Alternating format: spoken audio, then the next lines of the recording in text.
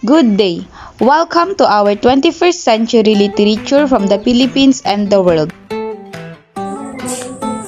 Good day everyone. My name is Kyla Bucal Bautista from Grade 12 CAS and I am one of the reporters for today. And for today's topic, we are going to discuss about literary context. Can you know some Filipino writers? Do you know that one of the most notable Filipino writer is Virgilio Almario, aka Rio Alma. He is a national artist for literature and has won several awards for his work. Well, let us know more about Rio Alma. Rio Alma came from a family of peasant farmers in the province of Bulacan, near Manila. His collection of criticism, Ang Makata sa Panahon ng Makina, The Poet in the Age of Machines, is one of the founding works of modernist criticism in Tagalog. He is well known as a scholar in national language and a promoter of literature. His poetry covers a broad range of forms and is often exuberant in expression and passionate in its sympathy for the poor and the working class. His early works range from expansive free verse to sonnets, but his more recent work emphasizes formal convention.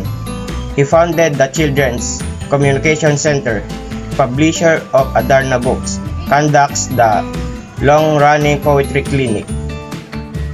Linangan sa Imahen, Retorika at Arte, Lira has been Executive Director of National Commission of Culture and the Arts, NCCA, and is currently Dean of the College of Liberal Arts at UP. He was conferred the Order of National Artist for Literature in 2003.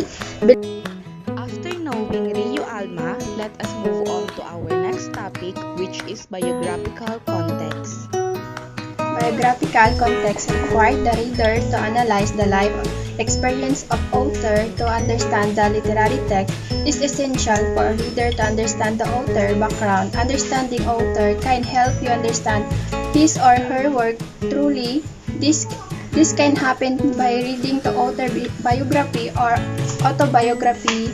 Here are biographical strategies that you may use. Research on what the author believes in and also what his or she does not. Analyze how the author's belief system and reflect in his or her work. Look at the author, others' work and analyze if there is a pattern with to them that is indicative of his or her life and beliefs. In short, biographical context is formed by the beliefs, education, culture, and experiences of the author, context of language and form which helps readers understand the vocabulary, sentence, structures of a text, as well as its literary form.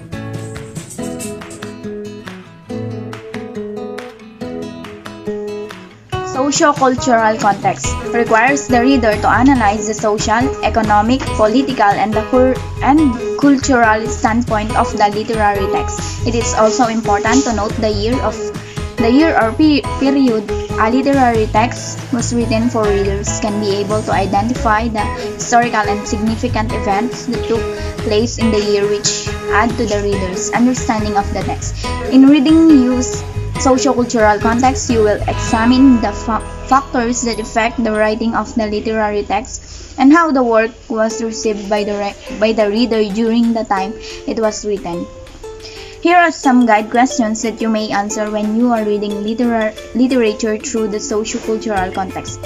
What is the relationship between the characters or speakers in the text and their society? How does this story reflect the nation? What does this say about the country and its inhabitants? In short, when we say sociocultural context, It refers to the idea that language, rather than existing in isolation, is closely linked to the culture and society in which it is used. Activities that can raise awareness of sociocultural context include using stories, analyzing newspaper headlines, and looking at slang and idiomatic language. Now let us move on to the different part of a poem. Introduction. Provide the necessary background and 3 to 5 sentences. Title of poem. Poet's name. Any relevant biographical facts. And summary of poem, subject or topic.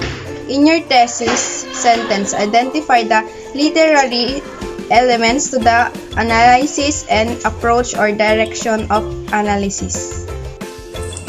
According to Billy Collins, introduction is more than the sum of metaphoric parts. The title of the poem suggests that this will be a basic, perhaps a formal presentation of the poetry, where the readers get to know the poem's fundamentals. Body paragraphs. The number of paragraphs will be based on the number of elements you analyze and the number of claims that you make.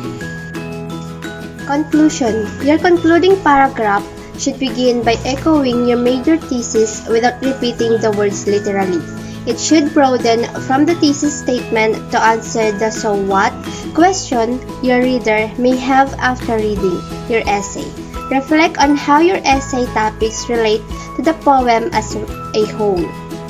Evaluate how successful the author is in achieving his or her goal or message. Give a personal statement about the topic. Connect back to your creative opening. Give your opinion of the poem's value or significance. In your conclusion, you can emphasize crucial idea, raise questions about the poem, or connect the poem to the other literary works or experiences.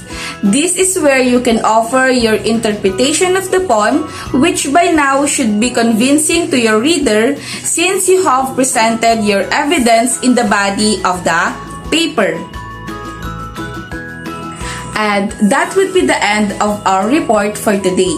I hope you learned something about literary context. Again, I am Kyla Bucal Bautista from Grade 12 GAS and we are the Paitan Group.